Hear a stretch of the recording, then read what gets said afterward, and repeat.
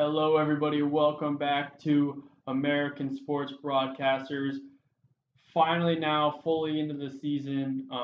We had a great game last night between Denver and the Carolina Panthers. We're going to cover that early next week with our results video. We're going to start off today here talking about baseball, and I think the most important thing on this list here, well, maybe not the most important, but a very high profile thing on this list is going to be Tim Tebow. So, Brian, tell us what the scouts have been saying about Tebow. Well, a lot of people, when they talked about Tebow, there were a lot of teams that said, he did really good, like, running down balls, making quick decisions to get it back in the field. They did say, surprisingly, a lot of the scouts said he had a weak arm. And in batting practice, just beforehand, he hit one home run for about 450 yards, or 450 feet. Sorry, I'm in football mode. And then once it came down to the real pitching, he hit a couple towards Well, the wall. in batting practice, he actually hit a total of 8 home runs. Is the report that I read, and then yeah, when like you just said, when it came to live pitching, it just didn't really transfer over, and he didn't hit a single home run. Got a couple out down near the warning track, one hit off the wall. Um, so the report I read said, scouts said a lot of stuff. They said basically anything from a range of it was a waste of time to he's really got some potential. Mm-hmm. Yeah, and we talked early on. The Braves had showed some interest, and we figured for somebody like Tebow who he sort of expects to be in the MLB like right now. Like he wants to be on a team in the MLB, no minor league, anything like that. Yeah, the Braves seemed like a place to be because they were just struggling. They needed something. But surprisingly, the Mets picked him up for a minor league contract. He will start in the Instructional League, which runs September 18th to October 8th, and then they'll go from there. But I thought it was a surprising decision to go to the Mets. I think the Mets, their motivation is different for getting Tebow. Theirs is different than what the Braves were going after. The Braves said specifically it wasn't for ticket sales, it wasn't for anything like that. It was specifically they thought he had talent. I think the Mets see his talent, but I think they're like, hey, he played New York before. Let's get the fanfare going. I think that's part of their motivation. I don't think for the Braves that they honestly had that kind of motivation. Well, and just getting to him playing, I don't really want to speculate too much on the whole. Is it based on ticket sales? Is it based on his ability? Because in my opinion, it should be based purely on ability, and I don't even want to think that it could be about other stuff. I recognize that it could be. I prefer to think that it wouldn't be. So, the interesting thing about him playing in the instructional league, a lot of times that's for like teenage prospects. It's for 19-year-olds, guys who are 10 years younger than Tebow is. He's got a lot of ground to make up, and he's going to have to do some really quick development if he wants to get to that major leagues before the end of next year. Definitely. So now, sort of, we're going to cover the playoff the race where it stands right now. I'll go ahead and start in the National League. So in the East, the Nationals are still on top. They're ahead of the Mets by 8 games. The Nationals are doing really good. The story for the Nationals is Bryce Harper he's not there. He hasn't been doing very well these last couple of games. People are waiting to come back to that MVP status. So something to watch for them when they make their playoffs.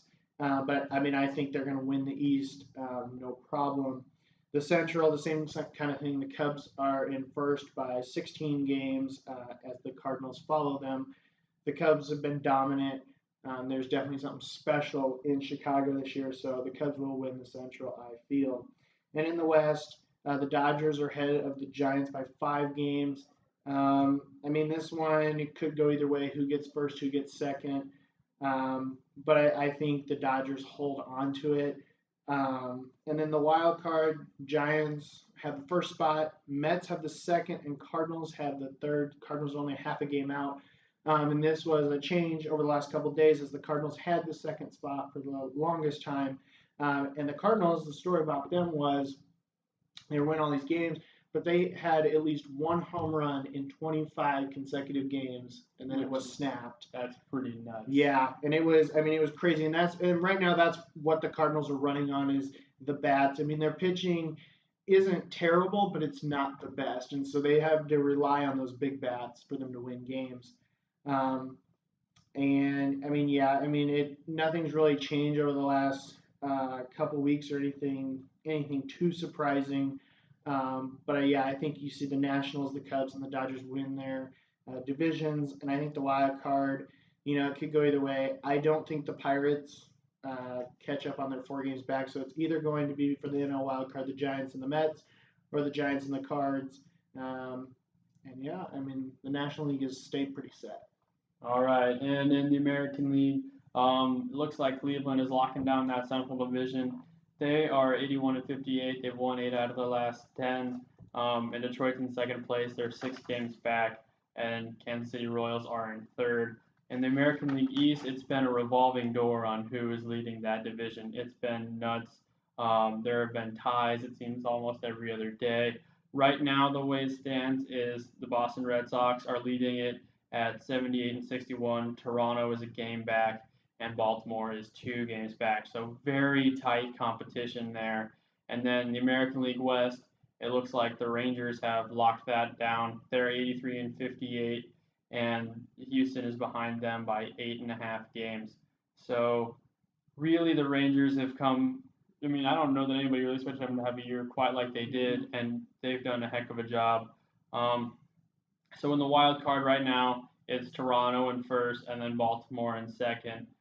Detroit is a game out. The Yankees are 2 games out. Houston is 2.5, and the Royals are 4. So Royals really need to step up their game if they want to get in it. They're 5-5 for their last 10, and really their biggest problem is that they've been keeping pace in September so far, but they haven't been gaining. When everybody in front of them has lost, they have lost as well. And so they need to find more opportunistic wins, find more wins at the right time. Houston, who I called early, way back in the beginning of the year, they're trying to make a playoff push. The Tigers are really in it, and it is a tough competition here in the American League. It should be coming down to the wire. It'll be a good one to watch. Definitely. I mean, I think yeah, the American League, there's a lot more um, tight races than the National League. The National League, like I said, has been pretty set. So I think let's go on and move on to college football. I mean, college football last week was just great. The games were really good. This week, however, not so many good matchups. It's going to be sort of these big teams, some big wins because they're playing some weaker competition. But we are in Lincoln. We do go to the University of Nebraska, so why not talk about Nebraska? And Kenyon, I'll let you go ahead and start. Well, of course we got to talk about Nebraska. So they're going to be playing Wyoming here at 11 o'clock on tomorrow, actually. We'll look for us on that pregame show that we're going to do that again. So look for us in the morning, bright and early. I don't know exactly what time that's going to be yet, but we'll be out there. Also, so getting to the game itself, Wyoming, from what I hear, they have a really talented quarterback. And that is bad news for our secondary because the Nebraska secondary is,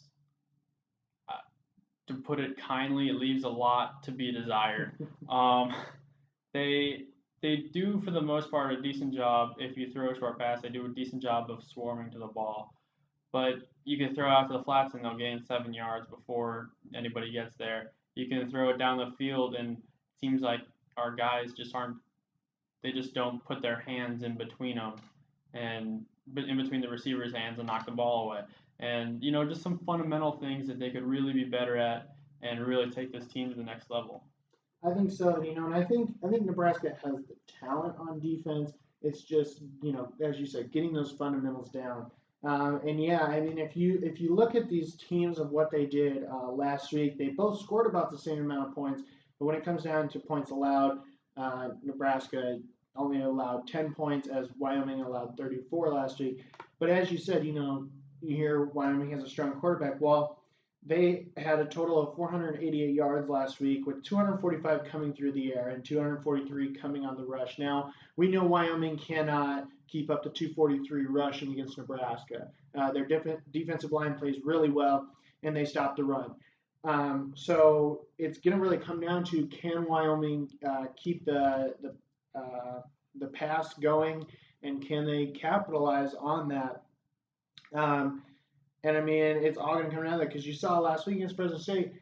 Fresno State only really got any substantial yards through the air. I mean, they got 243 and only 31 on the ground. So could be interesting. And we have seen when Nebraska and Wyoming play in the past, Wyoming keeps it quite tight with Nebraska.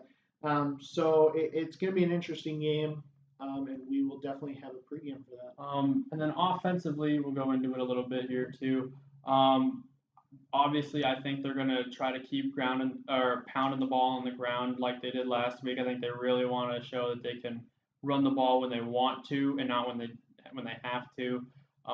But I think look for them to try a couple of vertical shots here this game. I think against Oregon, you're not going to be able to run all over them the whole game long. You're going to have to throw the ball a little bit. So I'd say look for Tommy to show up a little more today than he did tomorrow than he did last week. Yeah, and and that's gonna be the real test because Wyoming last week they allowed 329 yards through the air and allowed 133 on the ground. Now 133, I mean that's not great rush defense, but I think they are gonna push Nebraska to have to pass more, and then we're gonna really see did Tommy in the offseason really make his decision, change his decision making and make the better decisions. So I think it's gonna be a test for Nebraska. I still haven't really made my decisive pick on this game, but we'll have those picks in the morning for you. So the next game I obviously want to talk about is the Texas game. Number 11 Texas at home against UTEP. Texas is favored by 30 points. I mean, really what this game's come down to: can Buechele and Swoops play like they did last week? Are we going to see in this game that two-system quarterback, or are we going to see more of Buechele taking over? And really, it comes down to will Texas need in getting in the red zone? Are they going to need to have to punch it in, or is Buechele going to be able to run that offense? But I think Texas has no problem doing this. This is the first time they have been favored by 30 points since this season opener in 2013 against New Mexico State. So if anybody is betting on this game, yes, bet the Longhorns. They will cover the 30 points. Yeah, I obviously have to go with Texas here. It doesn't fill my heart with joy to ever say that Texas is going to win, but against a pretty weak opponent in UTEP, I don't think that there's really any question on this one. Yeah, and I think really the only other interesting game this week is TCU Arkansas. TCU is 15 in the country and is at TCU, but last week they sort of struggled for a little while against South Dakota State. And I mean, they allowed 461 yards, and 333 of the yards that TCU allowed against them was through the air. So maybe their secondary isn't as strong. Arkansas is not necessarily a great team, and they only won by 1 point against Louisiana Tech last week. But I mean, it could be an interesting game because they are better competition than South Dakota State. Yeah, Arkansas, one of those teams that really, 4 or 5 years ago was really doing well and just have slipped into almost irrelevance. And, it's almost unfortunate for that program. They're trying to find ways to get back into it. They're still in a good conference. They're still, people I think still generally think of them as a pretty decent football team. And I think they want to just go out and prove that they are still as good as, or at least prove that they can be as good as they used to be. Right. So in this game, though, I do still pick TCU just because I feel their offense might be too much for Arkansas's defense, but it will be a struggle for them. Right. I'm going to take TCU here as well. I think Arkansas not quite there yet, but I think this should be a good game to watch. All right, so that'll take us to the NFL. Now, obviously, beginning of an NFL season, there is a lot of games. You don't really know for sure all the games that are going to be interesting.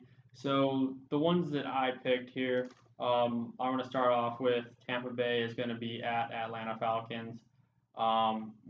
Great division rivalry right in week 1, and it should be tough. Ryan Fitzpatrick or Matt Ryan. There we go. Sorry, Matt Ryan is he's a really talented quarterback, big guy. He's got great weapons for receivers, solid running game. They didn't have a spectacular year last year, but they were the only team besides the Denver Broncos to beat the Carolina Panthers. So do with that information what you will. Should be a good one. We've already talked about Tampa Bay 2 videos ago, how we both think that they're going to have a really solid year this year, and I think that's going to start this Sunday at Atlanta. I'm picking Tampa Bay to win. Yeah, and I also looked at this game, and I went back and sort of looked what happened last year, and of course you can't base what's going to happen this year on last year, but if you look at it, the Falcons were their offense was more composed of through the air. They were sixth in total passing or average passing yards per game, while they were 18th in rushing. So they were more of a pass team last year, and the Bucks were sort of flipped. 135.1 rushing yards per game, 240 passing yards per game, but in standing wise of the league, they were a stronger rushing team in the league. So I think this really comes down to, you have Jameis Winston who, he doesn't run a ton, but he's still got that dual threat a little bit. And Matt Ryan to me he's more that passer, that pocket passer. I pick the Bucks in this game. All right, next game was really a tough one for me to call. Bengals are playing at the New York Jets, and I had to sit down and I had to think about it. And even after I made my pick, I was second guessing myself. Did I make the right decision? And I guess we're gonna find out on Sunday if I did or not. I went ahead and I picked the Jets here. I think they're gonna be fired up. They haven't really made the postseason in I don't remember the exact number, but several years. But Fitzpatrick is coming off a career year. He's played his best football ever last year. Matt Forte they have now, and just I don't know how many good things you can say about Matt Forte. The one question about him is he is starting to get up there in age. So look at does he still have that same ability as he used to? I think he does. And also they have revamped their defense. And we all know about how great the Cincinnati Bengals are, really on both sides of the ball. Should be a really good game to watch. I'm going to go ahead and pick the Jets in this one, and it'll be close. I disagree with you here. I do go with the Bengals for a couple of reasons. First of all, the red rifle. As I've said, I'm a quarterback guy. Let me just pause right here, just for 1 second. I love that nickname. It is fantastic. But yeah, Andy Dalton is the guy in this game. I feel that he comes out very strong. As you said, Cincinnati is pretty balanced on both sides of the ball. I feel that their defense just overwhelms the Jets a little bit. The Jets defense is not terrible. I mean, if you look last year, they were ninth in the league of points they allowed. And so, but I just think the Bengals are more balanced on both sides of the ball, where the Jets aren't as much. And Andy Dalton is the key in this game. All right, next game, the Chargers are playing at the Chiefs. Chiefs, another team that we highlighted, and I don't really know how much you can really get into this game. It should probably be the Chiefs, and probably should be a pretty solid victory for them. Yeah, I totally agree. Chiefs have really come out these last couple of years and shown that they're a team that can compete. And for them, I think something big here is for them to establish that run game with Jamal Charles, but also, and use that to get that play action pass going. But yeah, I think the Chiefs handily beat the Chargers in this game. All right, second to last game I have here. The Packers are at the Jaguars, and I point this game out. Probably think it's Packers for sure all the way. Let me just point out one thing here. The Jaguars spent $220 million in offseason free agency. They made huge splashes. Rodgers is coming off his worst year ever last year. Jordy Nelson is returning from a knee injury, so nobody's really sure. He hasn't played this whole preseason. Nobody really knows, is he the same Jordy Nelson of 2014? We don't know. Eddie Lacy appears to be back to his former self of 2014, had a terrible year last year, at least by his standards. They lost some O-linemen. They lost B.J. Raji to retirement. So it should be actually probably a pretty good game, I think. And I know I've just been talking of the Jaguars the whole time, but it pains me. But I think I'm going to have to go with the Packers on this one, and really just for one reason only, and that is that the Jaguars, they have a lot of new guys, and they haven't had a lot of play time together yet. I don't think they have all the chemistry that you really need to beat a tough team like the Packers who expects to win every single game, and I think the Packers come away with this one. I agree with you. I think the Packers are going to come away with this one. But if the Jaguars want to win this game, and of course, everybody says this, pressure the quarterback. That's how you win the game. Well, not to beat a dead horse, but I mean, really, if the Jaguars can do that, I feel their offense can put up enough points, but they got to pressure Rodgers and they got to make him uncomfortable. When Rodgers is able to sit in the pocket and he has time and he's comfortable in the game, he'll destroy you. He'll destroy you every time. So you really got to pressure him and really push that O line. And if they can do that, it's a whole different game. But I agree with you. I think Packers win this game. All right, now to the game that I care most about. The Lions are playing at the Indianapolis Colts, and that number right there is what ESPN says their chances of winning are, 29%. I'm going to say it's a lot higher than that. I picked the Lions, not just because I'm a Lions fan, but listen to this. The Colts defense has been broken by injuries. They lost their corner, safety, defensive tackle, linebacker. Multiple guys are questionable. Andrew Luck has been in limited practice every day this week except for today with a right shoulder injury. That's his throwing arm. If that has any issues, that's going to be trouble because, the Detroit Lions defense has a great pass rush, so they can get to him early, really pound him, then I think he's going to have a tough time. The Lions are most likely getting Ebron back, their first overall pick. This is his third year. Not first round pick, 16th overall. Golden Tate has been a little limited practice this week, which is huge. Obviously, got to get Golden Tate back as he has been kind of the number one guy at receiver. But I think the Lions come away with this victory. I think nobody really expects them to do much, but I think that they're going to do a lot more than everybody else thinks. I will disagree with you again. This number is too high. It should maybe be 15%, and that's still generous. First of all, it's at Indianapolis, and it's never easy to win on the road. The other thing is, even though Andrew Luck has been limited, he is a special kind of guy on the field. And I mean, look at it. They got luck on their side. You stole my pun, Brian. I don't know what else. I don't know what else to say. I was planning on using that. But the fact of the matter is, I think that I think it's just the Lions. They still have to grow a little bit. I think this is just I think Indianapolis is just more set, even with the injury bug running around. But I think the biggest thing for the Colts in this game is having that home field advantage to start out the season. If it was at Detroit, I'd probably look at this game a little differently, but I got to give it to the Colts. All right. That'll about do it. That's all I have written down here. The big thing is we will be doing, as we said, our pregame for the Nebraska-Wyoming game in front of Memorial Stadium. It'll be a live feed on our Facebook page. Go ahead and go on there and watch it. I'm thinking we'll probably be out there about 8:30 or so. So go ahead and check out on there, and go ahead and watch us there. Like this video, comment on this video, subscribe. The more views and more subscriptions we get, the more things we can do, and we can understand what you guys as the viewers want to see, and it really helps us out. So go ahead and do that, share it, and we'll hopefully get some more stuff going for you. But thanks for watching.